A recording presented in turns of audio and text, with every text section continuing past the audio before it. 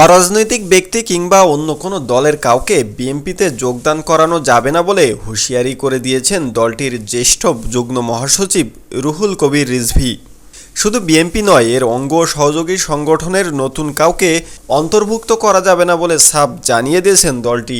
রিজভী বলেছেন, বিএনপির ওয়ার্ড থেকে জাতীয় পর্যায়ে এবং বিএনপির অঙ্গ ও সহযোগী সংগঠনের ওয়ার্ড থেকে কেন্দ্রীয় কমিটি পর্যন্ত কোনো স্তরের কমিটিতেই অন্য কোনো রাজনৈতিক দলের নেতাকর্মী বা অরাজনৈতিক ব্যক্তিকে যোগদান করানো যাবে না।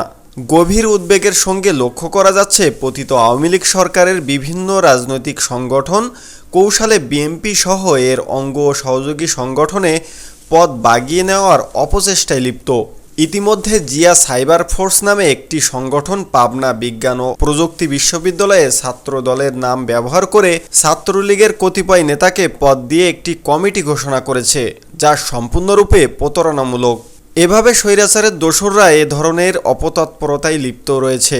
এ বিষয়ে দলের সকল পর্যায়ের নেতাকর্মীকে সতর্ক ও সাবধান থাকতে হবে। আমরা পুনরায় বিএনপি এবং এর সকল অঙ্গ ও সহযোগী সংগঠনের নেতাকর্মীদের উক্ত ভুয়া সংগঠনগুলোর বিষয়ে সতর্ক থাকার অনুরোধ জানাচ্ছি।